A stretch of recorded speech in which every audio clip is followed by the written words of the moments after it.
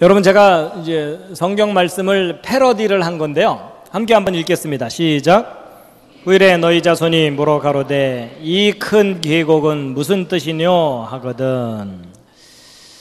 자, 여러분, 그 오전에 이제 대홍수 이야기를 했었는데 하나님께서 이 세상을 완전히 다 멸망시킬 것이다, 그렇게 말씀을 하셨습니다. 그래가지고 그 대홍수 심판의 가장 선명한 증거 중에 하나가 그랜드 캐년입니다.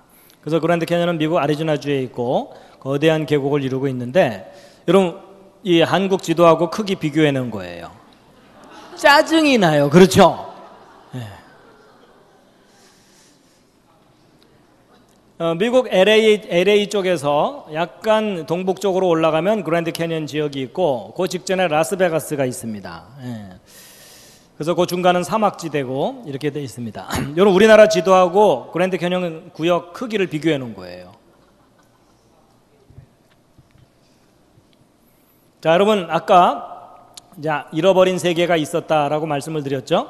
예, 그래가지고 대홍수는 며칠 동안 있었던 홍수라고요? 예, 1년. 그렇죠? 대충 1년, 정확하게 364일입니다. 4일이고, 그리고 방주에 들어갔던 기간은 371일 이렇게 됩니다. 그 대홍수 때 지구를 휘감고 도는 물들이 지진과 함께, 그렇죠? 산들을 허물어뜨리고 그것이 휩쓸려 내려와서 여기저기 쌓였다고 그랬죠. 그래서 그 쌓인 퇴적층이 가장 잘 보이는 장소 중에 하나가 어디라고요? 예, 그랜드 캐년입니다. 그래서 그랜드 캐년 일단 구경부터 이제 하실 텐데요.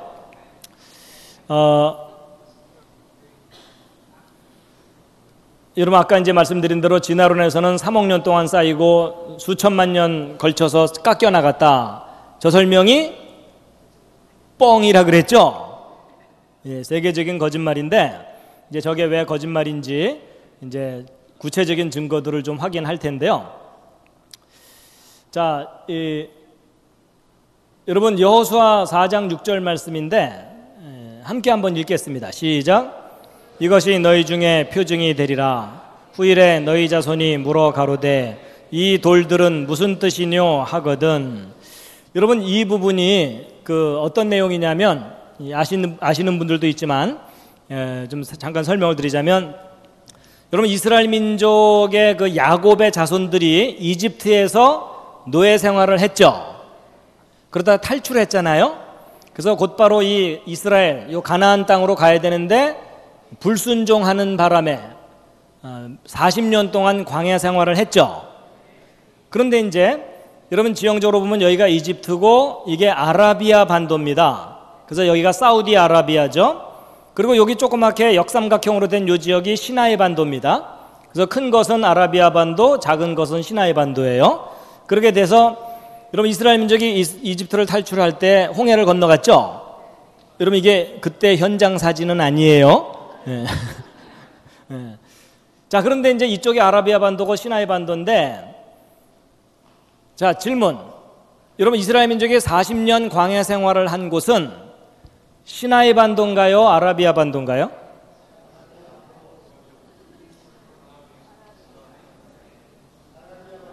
자, 1번 시나이, 2번 아라비아. 자, 1번 시나이 반도다, 그렇게 알고 있다. 내려주시고요. 아라비아 반도다. 세 번째, 지금 아무 생각이 없다. 자, 여러분, 보통 이제 전통적인 교육은 이집트 여기 고센 땅에서 이스라엘 민족이 탈출해서 요쯤 어디에 홍해를 건넌 거예요. 그래갖고 지금 현재 시나이 반도 남쪽 부분에 사람들이 성지순례 가는 시내산이 있다고 하죠. 그래서 아마 다녀오신 분들도 있으실 거예요. 예, 그리고 이제 이 시나이 반도에서 40년 동안 광야 생활을 하다가 가나안 땅으로 들어갔다라고 저도 그렇게 배웠고 지금도 널리 가르쳐지고 있기도 해요. 그런데 얼마 전부터 일부 사람들이 시내산이 시나이 반도 쪽에 있질 않고 진짜 시내산이 아라비아 반도 쪽에 있다는 거예요. 이런 얘기 혹시 들어본 분 계십니까? 들어보신 분? 어디서 들으셨어요? 하여튼 뭐 유튜브에도 있고 그 주장하는 분들이 있죠. 예. 그래갖고 이스라엘 민족이 사실은 이쪽 홍해를 건넌 게 아니라 여기서부터 죽어라고 탈출해갖고 여기서 방향을 바꿔서 요 부분 홍해를 갈랐다는 거예요. 건너갔다는 겁니다. 그래갖고 진짜 시내산은 요쪽에 있대요. 기존의 주장을만 알고 있던 분들은 약간 좀 이상한 주장이라고 생각될 거예요. 근데 저 두 주장 중에 어느 쪽이 옳은지를 판단하는 가장 강력한 증거는 뭐죠? 성경이에요. 그렇죠?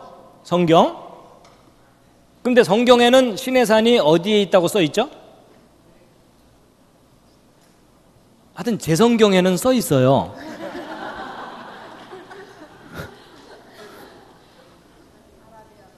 여러분 성경에 시내산이 어디에 있는지 써 있어요. 그 누가 써놨냐면 사도 바울이 써놨어요. 왜냐면 사도 바울은 직접 거기를 갔을 가능성이 높거든요. 근데 어디에 있냐면요, 갈라디아서 4장 25절에 써 있습니다. 어디에 있는 시내산이라고 돼 있어요. 어디냐면 아라비아에 있대요.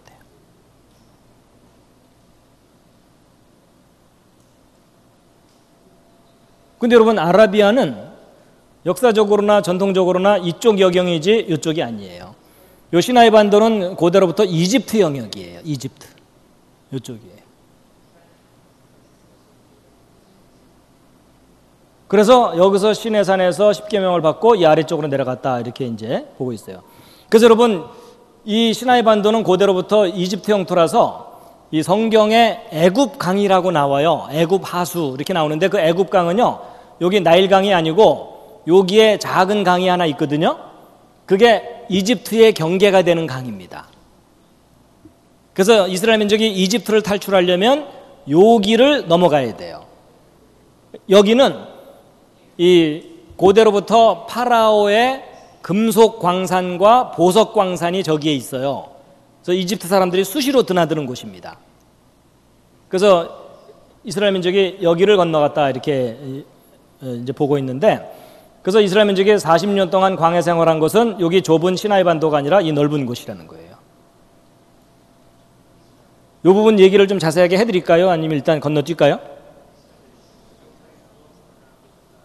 그럼 요건 조금 있다가 그랜드 캐년 이야기 끝나고 나서 시간 여유가 되고 여러분이 계속 정신을 유지하고 있으면 좀 해드릴게요.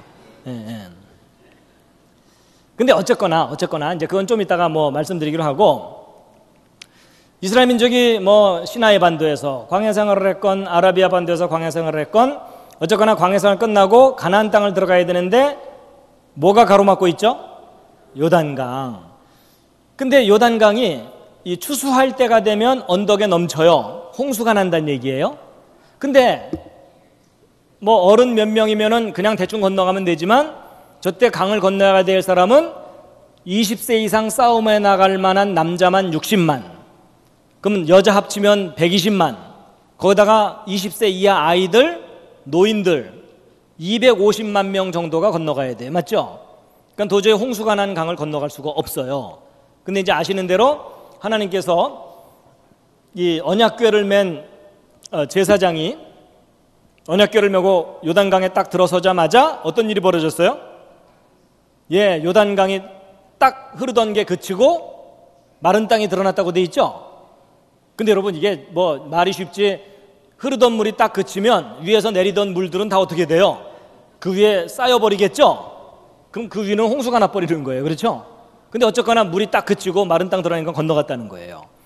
근데 제가 뭐 어떻게 물이 그쳤는지 설명드리려는 게 아니고, 어쨌거나 그 사건이 일어나고 난 다음에 백성의 지도자인 여호수아가 그 하나님이 하신 일을 기념하려고 백성의 지도자들한테 강 중앙에 있는 돌 12개를 꺼내 갖고 나와라, 그리고 한쪽에 쌓아둬라, 나중에 이 자손들이 도대체 이 돌들이 무슨 의미가 있는 겁니까? 이렇게 물어보거든 설명을 좀 해줘라, 그 얘기죠. 그 부분이 바로 이제 이 부분인데 다시 한번 읽겠습니다. 시작. 이것이 너희 중에 표징이 되리라. 후일에 너희 자손이 물어 가로되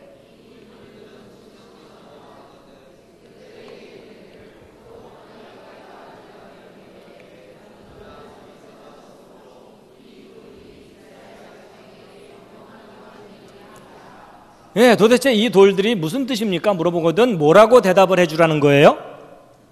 예, 그 요점이 뭐냐면 하나님이 하신 일에 대한 증거다. 뭐라고요? 하나님이 하신 일에 대한 증거다. 자, 근데 이제 제가 저 말씀을 이제 이 그랜드 캐년에다가 적용을 한 거예요. 어플리케이션을.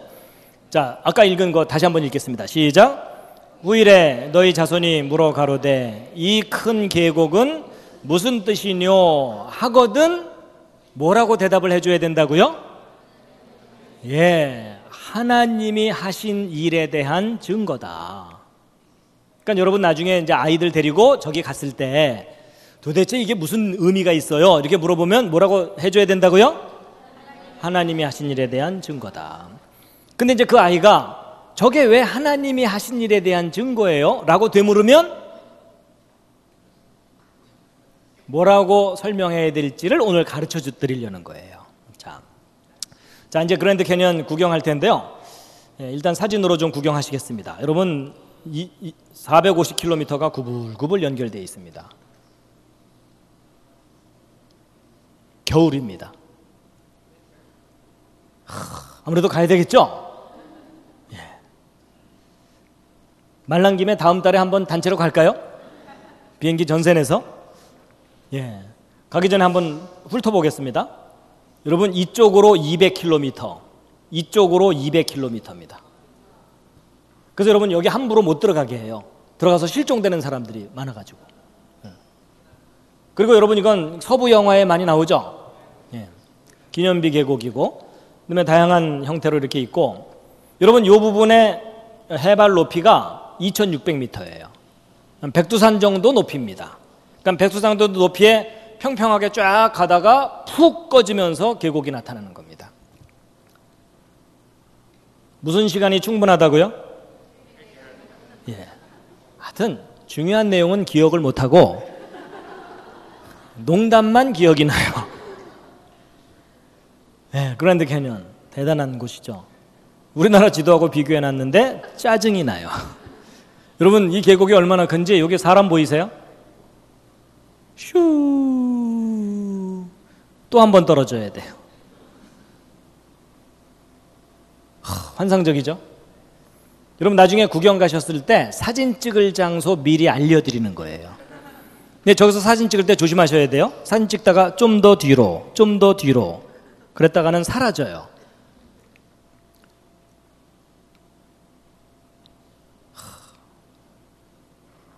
가서 용기 있는 분들은 래프팅도 하시고요. 카약도 타고. 이거 떠다가 설탕 타면 포카리 스웨트입니다. 옛날 그 요새 터도 있고. 그리고 이제 그 그랜드 캐년 상류 쪽에 이 포엘 호수라는 호수가 있습니다. 뭐 이거 케이크 조각 같죠?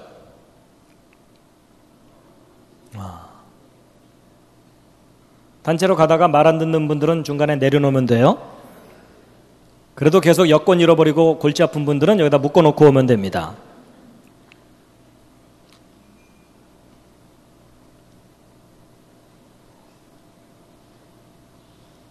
요즘은 또 이런 거 만들어놨어요.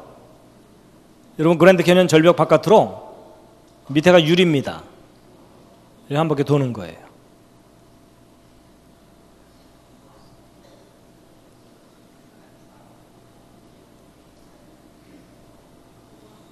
이거는 저 그랜드 캐년 지역이 아니라 그 위에 브라이스 캐년이라고 하는 지역인데 침식 지형이 아주 멋있게 발달되어 있습니다. 이런 기둥 하나하나가 꽤 커가지고 여러분 이게 사람들이 말 타고 개미떼처럼 내려가는 거 보이세요? 네. 이건 좀 남성적인 자이언 캐년, 저 성경에 나오는 그 시온 계곡입니다. 성경에서 이름을 딴. 그래서 이제 그랜드 캐년, 자이언 캐년, 브라이스 캐년 이렇게 대표적인 계곡들이 있고 실제 그 계곡 아래로 내려가는 길들도 있어요. 그래서 보통 사람들은 이제 걸어서 내려갔다 오고 돈 좀 있는 분들은 말 타고 내려갔다 오고 돈이 좀 많은 분들은 비행기 타고 왔다 갔다 하고 이렇습니다. 한 번은 가볼 만한 아주 대단한 곳인데 근데 이제 이 그랜드 캐년에 쌓인 이 흙들이요 같은 종류가 아니고 이 석회, 모래, 뭐 진흙, 다양한 것들이 이렇게 겹겹이 쌓여, 삼겹살처럼 쌓여 있어요. 자, 근데 이제 일반 사람들은 구경하고 오면 되지만 지질학을 연구하는 사람들은 저게 어떻게 만들어졌는지 설명할 수 있어야 먹고 살 수 있어요. 그렇죠? 그래가지고 여러분이 그랜드 캐년을 이게 잘 관찰을 해보면 두 단계로 만들어졌어요. 그래서 첫 번째 단계가 뭐냐면 일단 다 쌓이고 난 다음에 깎여 나갔어요. 그렇죠? 쌓이는 도중 깎인 게 아니고 다 쌓이고 깎인 거죠. 그래서 이제 두 단계가 뭐냐면 첫 번째는 쌓이는 거예요. 저렇게 쌓이는 걸 뭐라고 표현하냐면은 이 퇴적이라고 표현해요. 뭐 영어로 sedimentation 뭐 이렇게 됩니다. 예, 퇴적. 자, 그러면 이제 어디서 왔는가? 이게 무슨 말이냐면 이렇게 많은 흙이 쌓이려면 딴 곳에서 와야 되죠. 근데 저 많은 흙들이 도대체 어디서 왔는지도 알아내야 되고, 그 다음에 얼마나 오래 쌓였는가? 진화론에서는요 3억 년 걸렸대요. 그러면 3억 년 동안 쌓였다고 주장하는 분들을 만나거든 물어보세요. 봤어요? 네. 자, 그 다음에 어떻게 솟아올랐는가? 무슨 말이냐면 여러분 이 정도 흙이 쌓이려면 바다 밑에서 쌓였겠죠. 근데 바다 밑에서 쌓였던 것이 백두산 높이까지 올라가야 되죠. 그건 어떤 힘이 저걸 밀어 올렸겠느냐, 뭐 이런 것도 풀어내야 되고, 그 다음에 두 번째가 이제 깎여 나가는 건데, 이렇게 깎여 나가는 걸 뭐라고 하냐면 침식이라 그래요. 여러분 이게 먹고 잔다 이런 뜻이 아니에요. 뭐 침식 제공 이런 거 아니에요. 예.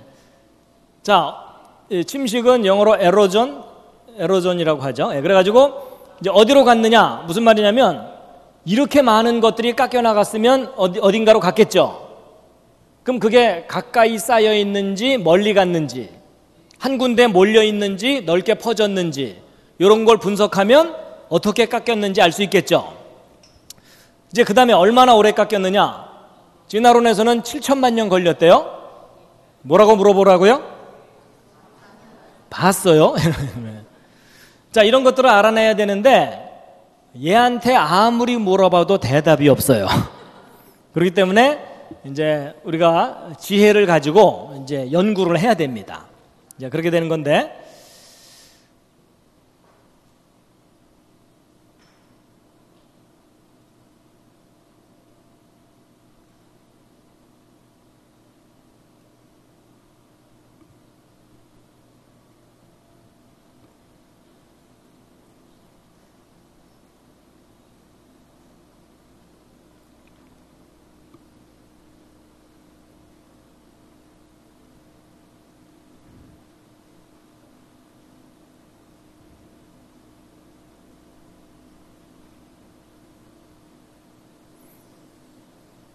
자, 여러분 지구상에 있는 그랜드 캐년이라든지 그 다음에 뭐 거대한 산들, 히말라야 산맥, 저런 거대한 것들이 어떻게 만들어진 것인지를 설명하는 서로 다른 두 가지 이론, 주장이 있어요. 그 중에 하나가 동일과정 이론이고 또 하나가 격변론이라고 하는 건데, 여러분 일단 용어들이 쉬워요, 어려워요? 듣는 순간 방언이죠? 근데 여러분 과학자들이 저렇게 어려운 용어를 쓰는 이유가 뭔지 아세요? 있어 보이려고. 있어 보이려고 그러는 거예요. 여러분 이 동일과정 이론은 영어로 유니포미테리언이즘인데, 과거나 지금이나 동일한 과정으로 만들어지는 거다, 뭐 이런 뜻이고, 격변론은 갑자기 만들어진 거다, 그 뜻이에요. 먼저 동일과정 이론을 이제 얘기해드리면 이겁니다. 여러분 지금 현재 비바람에 산이 깎여나가고 깎여나간 흙들이 강에 실려 내려와서 호수 밑바닥이나 바다 밑바닥에 쌓이는 일이 꾸준히 일어나고 있죠. 바로 저런 식으로 과거나 지금이나 꾸준히 저런 일이 반복돼 왔다, 그런 식으로 설명하는 거예요. 그래서 예를 들어 그랜드 캐년의 이런 퇴적층도 이제 세워라 내워라 하면서 쌓이고 또 쌓이면 안 쌓일 리 없건만은, 이런 거 있죠. 그래갖고 수천만 년, 수억 년 동안 꾸준히 계속 쌓였을 거다. 이렇게 해석하는 건데, 이게 이제 뭐냐면은 시간으로 해석하는 거예요. 저렇게 높이 쌓이려면 어마어마한 시간이 걸렸겠구나, 이런 거예요. 자, 근데 그 반대, 이게 여러분이 보통 학교에서 배우는 내용이에요. 하여튼 배우셨어요. 네, 기억은 안 날지 모르지만 분명히 학교에서는 가르쳤을 거예요. 자, 그런데 이제 그 반대로 성경의 대홍수를 믿는 과학자들은 아니다. 그랜드 캐년의 이 엄청난 퇴적층들은 조금 전에 말씀드린 하나님의 홍수 심판 때 지구를 휘감고 도는 저 물들이 1년 만에 저 퇴적층들을 순식간에 쌓은 거다, 이런 거예요. 근데 이 두 번째는 좀 낯설 거예요. 여러분에게 익숙하지 않은 모습인데, 이거는 뭐냐면 사건으로 설명하는 거예요. 여러분, 어떤 사람이 시간이 지나면서 늙어갈 수도 있지만 큰 고생을 하면 갑자기 팍 늙어버리죠. 자꾸 옆에 있는 사람을 쳐다보지 마세요. 그러고 결국 시간이냐 사건이냐. 근데 그동안 우리는 시간으로만 배웠어요. 그렇죠? 예. 근데 이제 둘 중에 어느 쪽 주장이 맞는지 이제 확인해 볼 텐데, 이 둘 중에 시간이냐 사건이냐 하는 거예요. 여러분, 모든 문제를 잘 풀어내려면 관찰을 잘 해야 돼요. 그렇죠?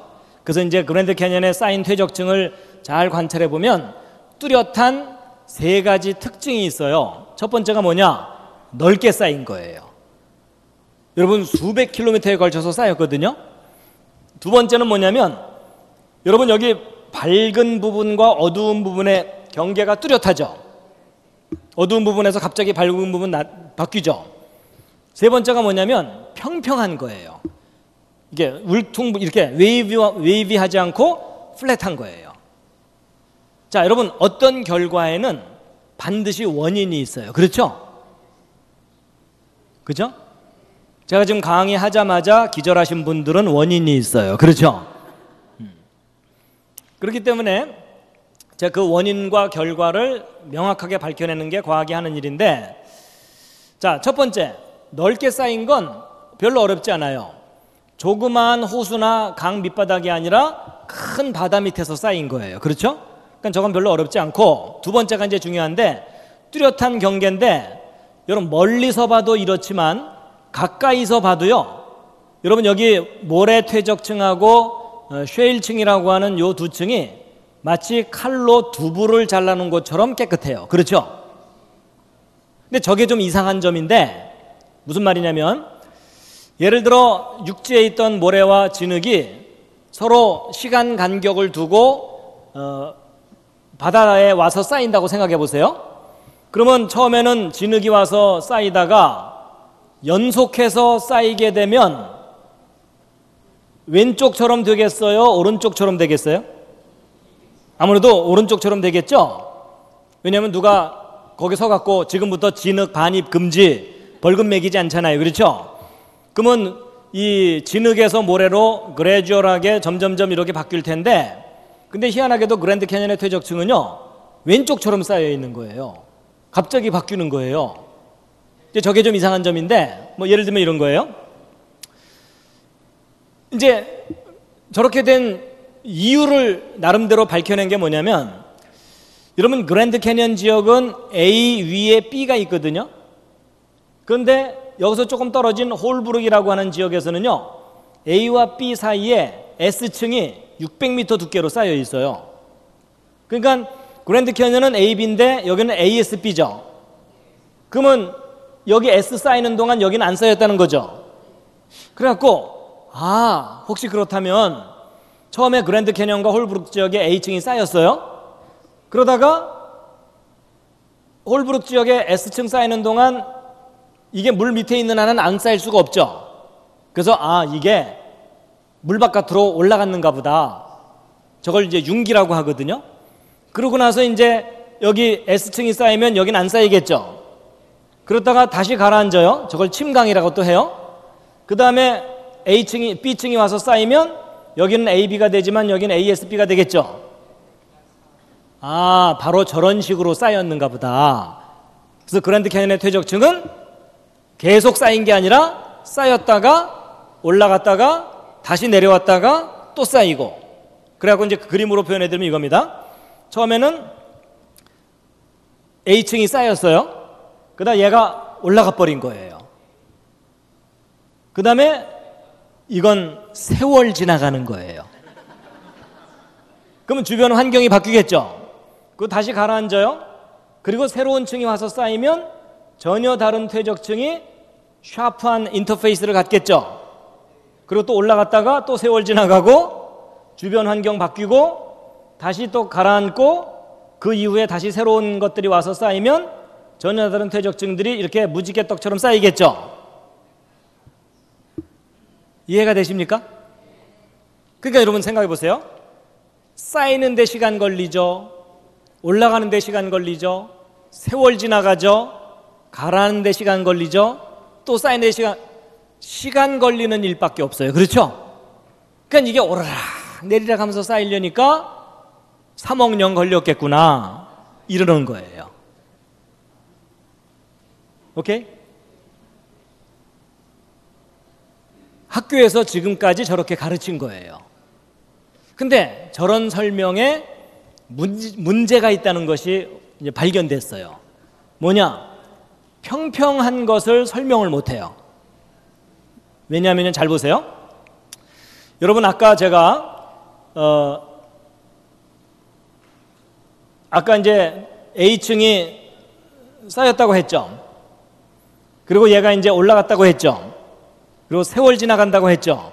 근데 문제는 세월 지나가는 동안 얘가 문제예요. 얘가. 여러분 비가 오고 물이 흐르면 평평할 수 있어요? 없어요? 없죠. 그러면 노출되어 있는 동안 반드시 이렇게 흔적이 남겠죠.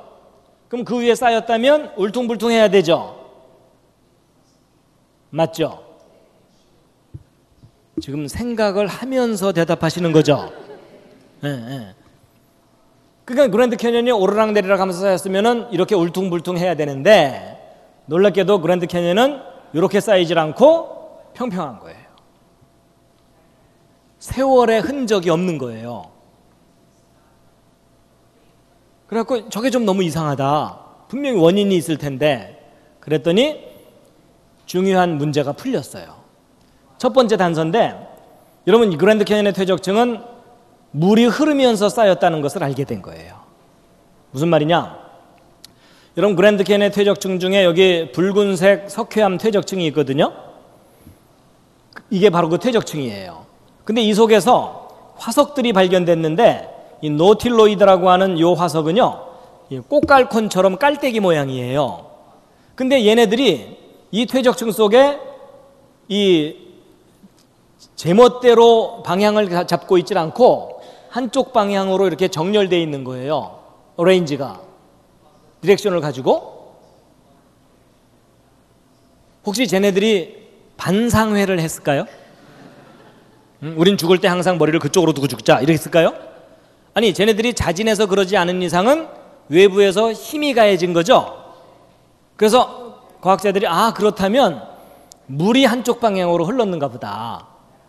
그래가지고 예를 들어 여러분 얘가 이렇게 놓여 있다 하더라도 물이 흐르게 되면 물의 저항을 줄이기 위해서 방향을 틀겠죠. 이 그랜드 캐년의 흙들은 흐르면서 쌓였구나. 이걸 알게 된 거예요. 근데 이제 그 물의 흐름이 잔잔하게 흐르는 게 아니라 엄청난 힘을 가지고 휩쓸려 간 거라는 걸 알게 됐는데 그 증거가 뭐냐면 여러분 여기 빨간 옷을 입은 사람 보이시죠? 거기에 비하면 여기 바위덩어리 보이시죠? 이게 직경 5m, 무게 200톤짜리예요. 집채만한 바위덩어리인데 여러분 이게 어디냐면 그랜드 캐년의 제일 하단부 퇴적층의 단면이거든요. 근데 거기 집채만한 바위덩어리가 저기에 떡하니 들어있는 거예요. 저게 무슨 말이냐면 이 바위는 처음부터 저기 있던 바위가 아니고 딴 데서 옮겨온 거예요. 그럼 이제 보세요. 여러분 저런 바위덩어리가 바람이 분다고 옮겨지는 건 아니잖아요. 그렇죠? 그럼 적어도 물 정도의 힘으로 옮겨지겠죠. 그럼 예를 들어 어떤 물속에 있는 어떤 돌이 어떤 흐르는 이 힘에 의해서 이동하려면 꽤 센 물이 흘러야 되죠. 근데 그보다 더 큰 돌이 움직이려면 더 센 물이 흘러야 되죠. 근데 이따만한 바위 덩어리가 움직이려면 이따만한 힘이 필요하죠. 여러분, 과학자들이 바보가 아닌 이상 집채만한 바위 덩어리가 옮겨지려면 어느 정도 힘이 필요한지 알 거 아니에요. 그렇죠? 근데 저런 거대한 바위 덩어리가 그랜드 캐년 곳곳에 들어있는 거예요. 근데 저 그랜드 캐년은 수백 킬로미터거든요. 그럼 저 바위 덩어리가 수백 킬로미터를 이동해 와서 쌓였다는 거죠. 얘네들이 걸어왔을까요? 그러면 저 바위 덩어리를 수백 킬로미터를 이동시킬 만큼의 엄청난 힘이 작용을 해서 쌓였다는 거죠.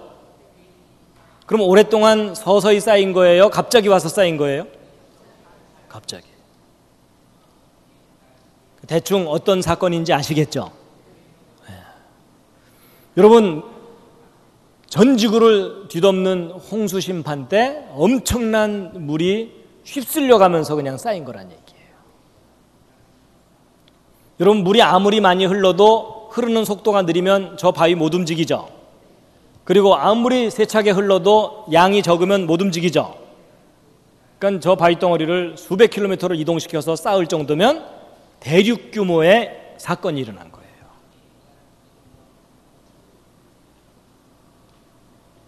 자, 그보다 더 강력한 증거가 있어요. 그런 사건이 미국 대륙에서만 있었던 게 아니라 전 지구에 걸쳐서 한꺼번에 일어났다는 증거가 있어요. 여러분, 지금 현재 지구상에는 화산도 터지고 강도 흐르죠.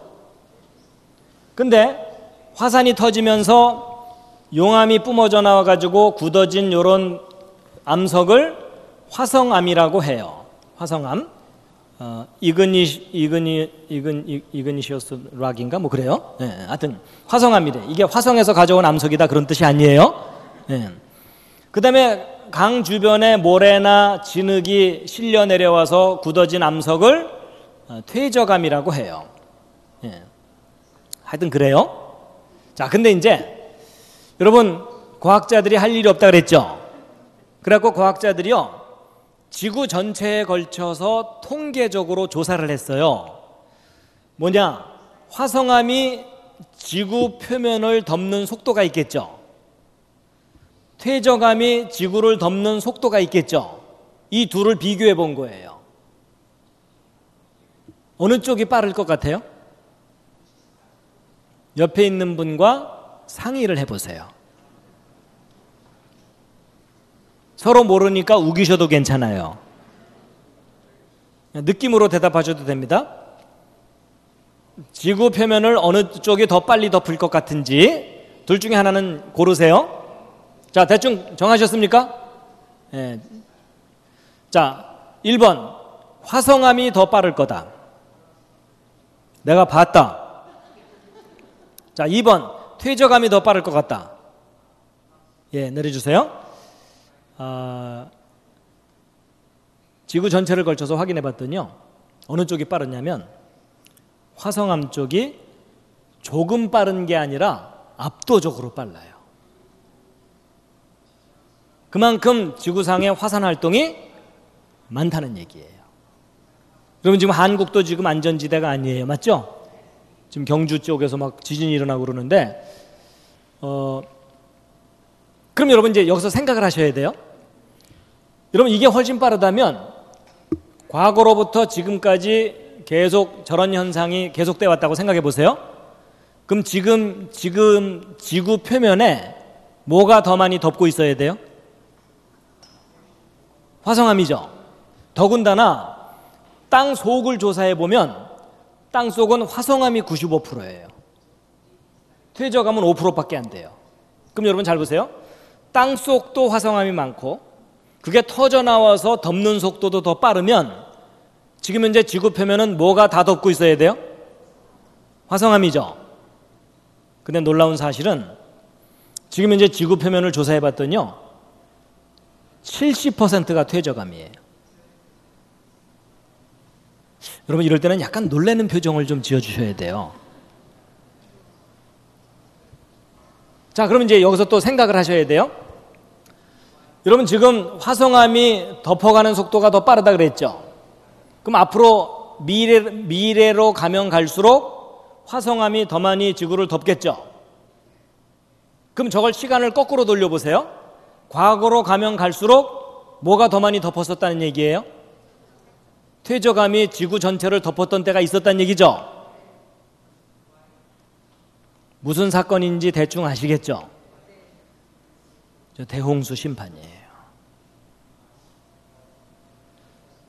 여러분, 대홍수를 인정하지 않으려는 사람들이 많잖아요. 근데 그 사람들이 아무리 그것을 부인을 해도 저 증거는 지금으로부터 그리 오래지 않은 과거에 전 지구가 완전히 퇴적층으로 덮였었다는 사건을 뒷받침해 주고 있어요. 그래서 대홍수를 인정하지 않는 사람들을 만나거든요. 뭐라고 부탁을 해야 되는지 아세요? 이 퇴적층들을 가지고 지구를 떠나줄래?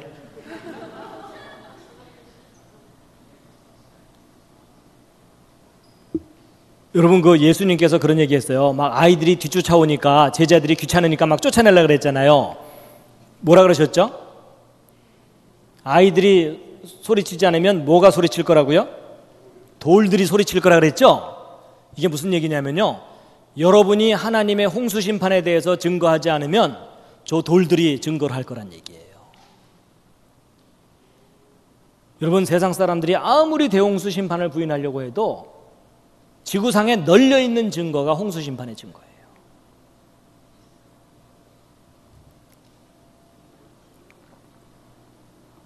그럼 여러분 이제 생각해 보세요. 여러분 땅속도 화성암 천지고 터져나오는 속도도 빠른데 갑자기 얘네들이 자기를 뒤덮어 버리니까 누가 짜증이 났겠어요? 화성암들이 화가 났겠죠? 그래갖고 대홍수 이후에 저 화성암들이 화가 나니까는 계속 터져나오는 거예요. 뭐라 그러면서 터져나와요?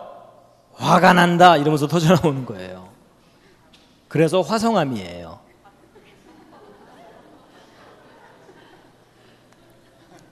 이런 건 믿으시면 안 돼요.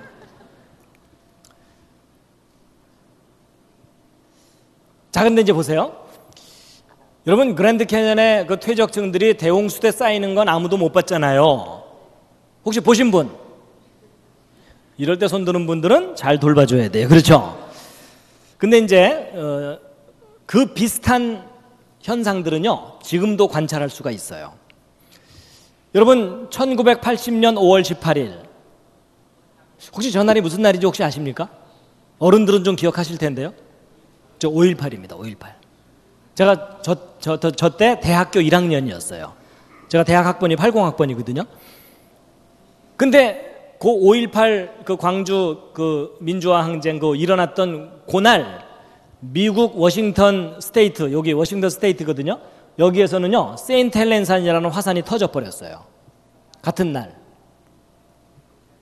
그래갖고 이게 화산 폭발 당시 장면이거든요.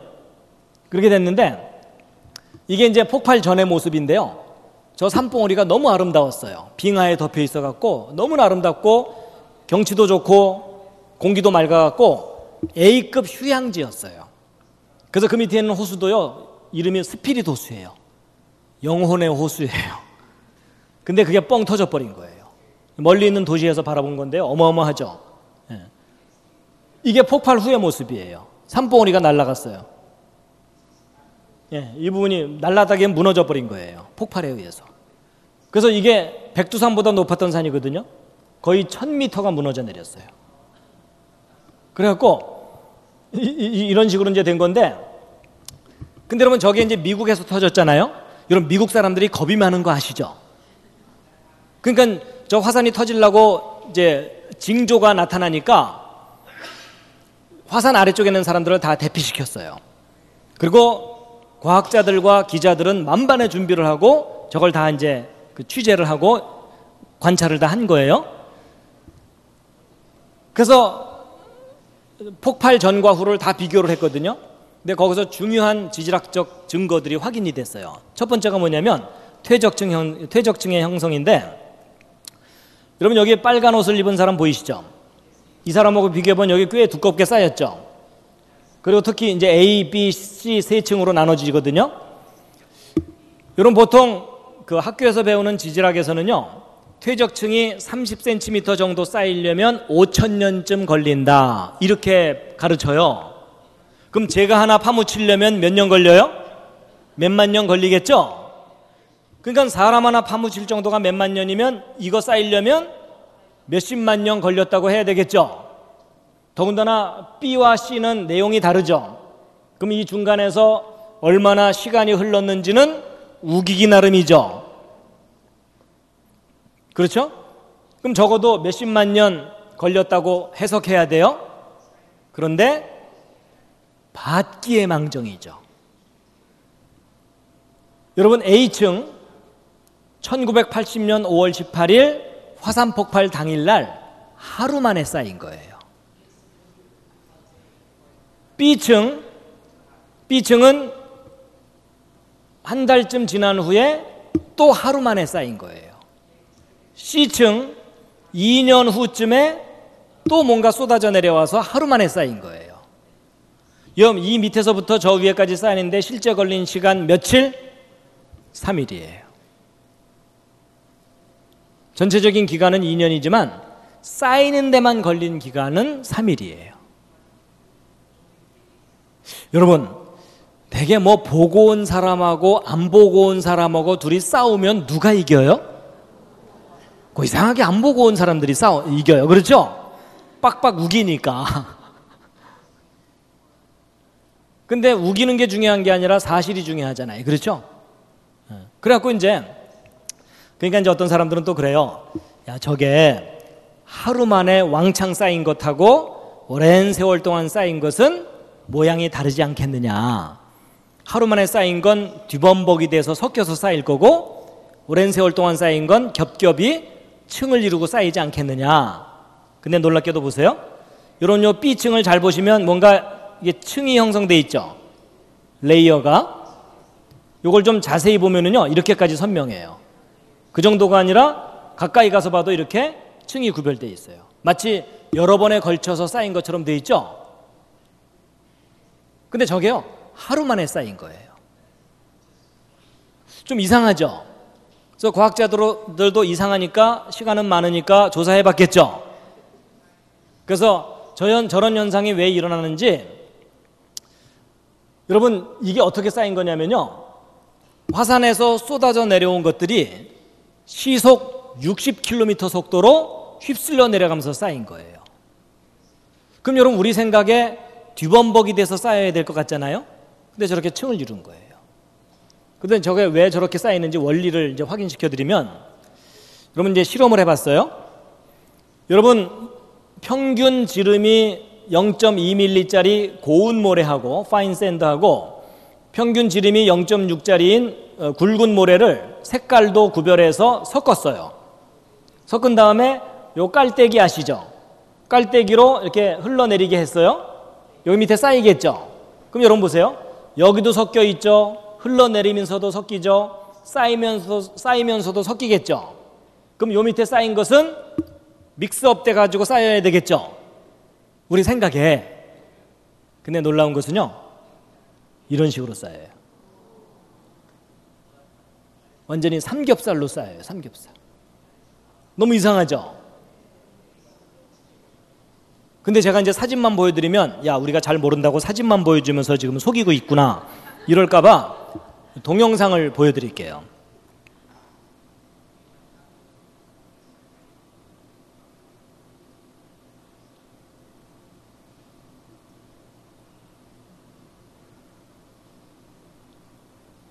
잘 보세요.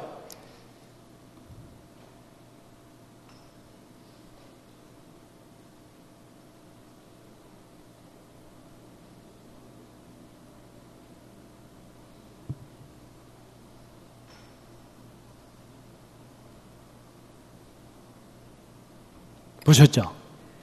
재밌으니까 한 번 더 보겠습니다. 여러분 이런 일이 왜 벌어지냐면, 까만 게 굵은 모래라 그랬죠. 굵은 모래들은 조금 쌓이다 보면 쪼르륵 굴러내려 버려요. 근데 가는 모래들은 안 굴러내려요. 그러니까 저게 주기적으로 리듬을 타고 반복적으로 저런 일이 벌어지는 거예요.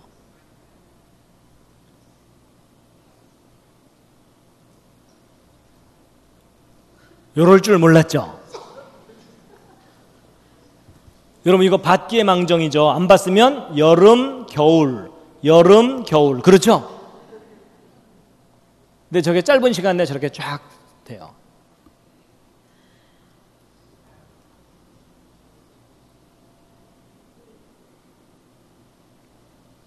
여러분 저런 현상이 무슨 특별한 현상이 아니고요. 여러분이 평소에 경험하는 일이에요. 여러분 그저 옥수수 튀긴 거 강냉이라고 하죠. 그죠? 예, 튀긴 거. 여러분 그 옥수수 튀긴 거를 이제 큰 그릇에다 놓고 이제 둘러앉아서 먹으면 아무래도 알이 굵은 게 먹기가 편하니까 굵은 거부터 집어먹죠. 근데 한참 서로 집어먹다 보면은 자잘한 게 손에 걸리면 짜증이 나요. 그렇죠? 그럼 어떻게 해줘야 돼요? 누가 통을 들고 한번 확 흔들어주면 굵은 거 위로 올라오고 가는 거 밑으로 내려가죠. 바로 그거예요. 여러분 그저 흙더미가 쏟아져 내려오면 흔들릴 거 아니에요. 그렇죠? 흔들리면 굵은 것과 가는 것이 구별이 되게 돼 있어요. 분리가 일어나요. 그러니까 여러분 아까 세인트 헬렌산에서 흙들이 휩쓸려 내려오면서 흔들리죠. 그럼 자기들끼리 야 줄 서 이렇게 되는 거예요. 그래서 정작 쌓일 때는 층을 이루고 쌓이는 거예요.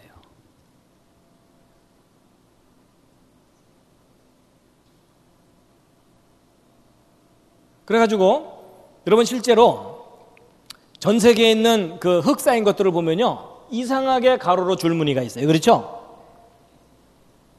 저게 왜 저렇게 줄무늬가 있다고요? 이렇게 질문을 하면 누구나 대답할 수 있는 쉬운 대답이 있어요. 저게 왜 줄무늬가 저렇게 생겼습니까? 이렇게 물어보잖아요. 그러면요 여러분은 뭐라 그러면 되냐면요 제가 안 그랬는데요 이러시면 돼요.